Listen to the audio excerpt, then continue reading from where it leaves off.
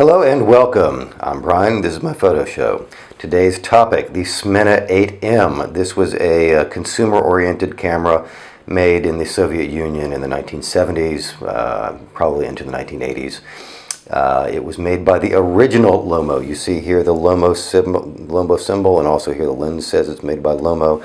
That is the actual real Soviet Lomo, not the post-Soviet lomography Lomo.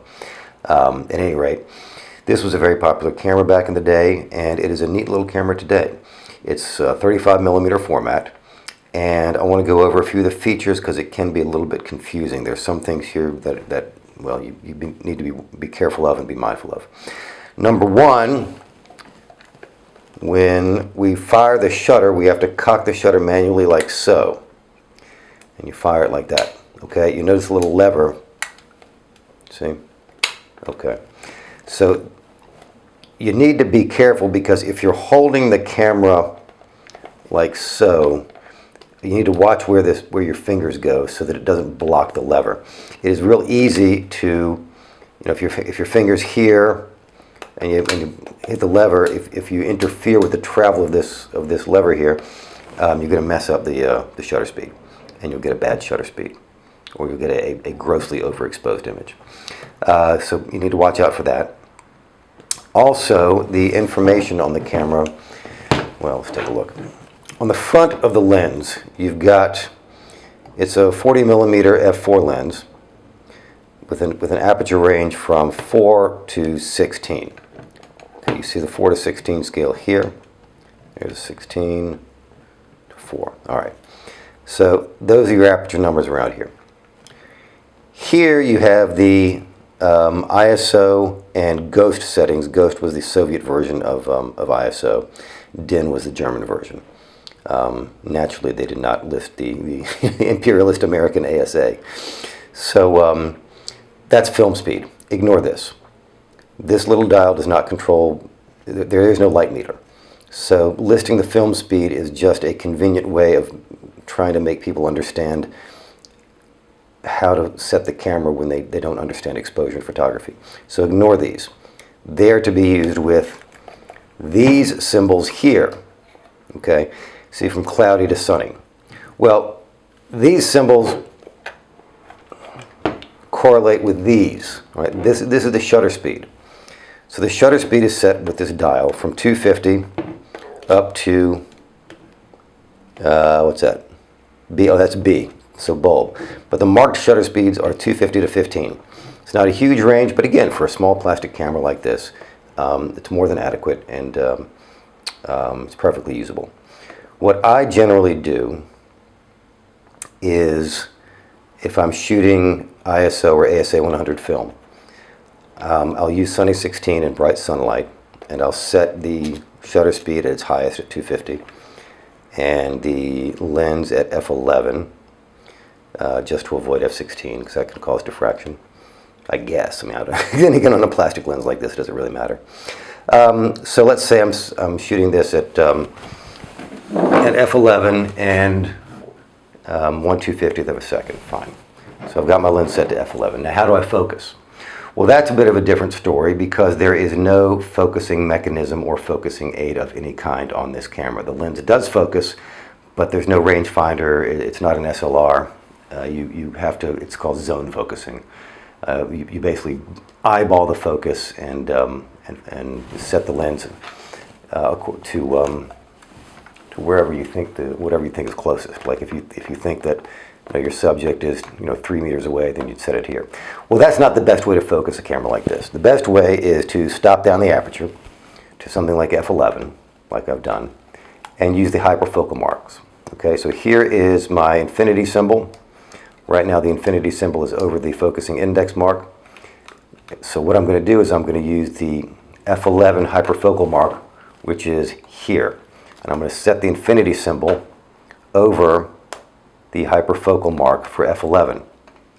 Now if I go to the other side of the focusing index and I take a look at the hyperfocal mark f11 over here, I see that it lines up pretty closely with 1.5 meters. So what that means is that everything from 1.5 meters to infinity is going to be in focus so long as the aperture is set to f11, and that's generally how I shoot. I generally just set it for hyperfocal f11. If it's cloudy, maybe I'll, or if the lighting conditions change, maybe f8, or maybe I'll change, bring the shutter speed down to 125 if I need to compensate for cloudy lighting conditions. But in general, I live in a very sunny place, so 250 and f11 with ASA 100 or 125 film works very well for me. Okay, so let's load a roll of film. Loading film, you're going to open the back of the camera here, all right? Pull that down, and the camera back opens up like so. The whole thing is plastic. Everything on this camera is plastic. I think that's metal. Other than that, I think just about everything else on this camera is plastic. So, take my film. This part goes down. I'm going to insert this. I'll tell you what. Let's do this. Let's pull this up. Insert the film cartridge like so. All right. Put that down. Very good. Okay. Now I'm going to insert this over here into the take-up spool. This is a little awkward because I'm trying to get this on camera while I'm doing it, so I'm sitting at an odd angle, so forgive me please.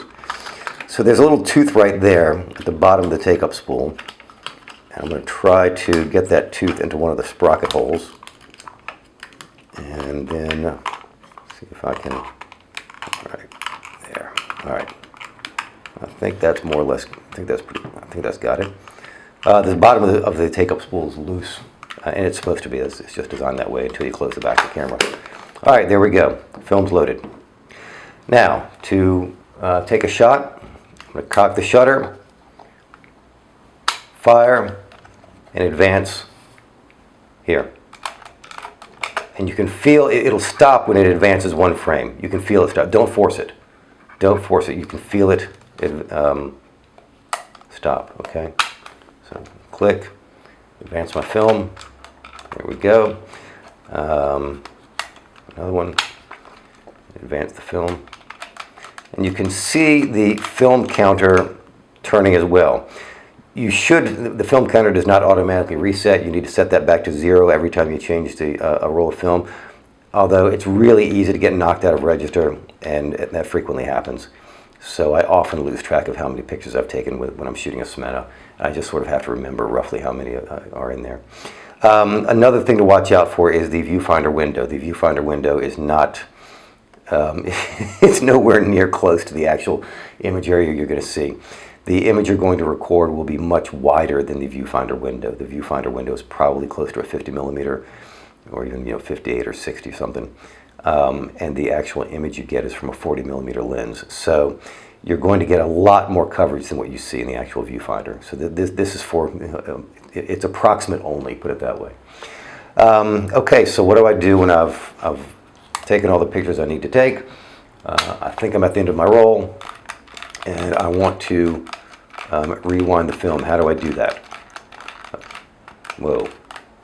So what I'm going to do is hold the shutter release.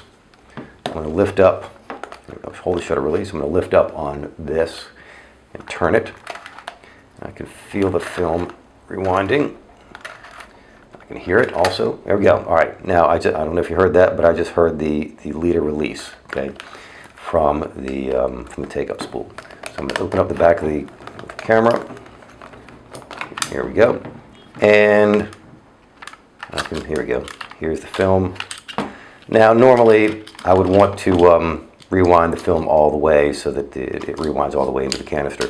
But this is my test roll, and I'm going to use this again to test other cameras. So I'm not going to do that. There we go. That's good enough. Put that back in there. Alrighty. Well, there you have it. That's your quick and dirty guide to how to use a Smena 8M. These are really fun, neat little cameras. The image quality is it's unique. It's there are no light leaks in mine, but it sort of has uneven vignetting, and the center of the image is pretty sharp. yeah, I mean, it's a fun camera. They don't cost very much. They're pretty easy to find, and they're very simple, and you know, they're kind of the camera you can take anywhere. They're small and light. There's no internal lubrication of any kind. Well, maybe in the lens. So I wouldn't worry about, you know, this is the camera you can leave in the car on a hot sunny day without having to worry too much about it. All right, Smena 8M by the original Lomo. There you have it. Hope you enjoyed the video. See you next time. Bye-bye.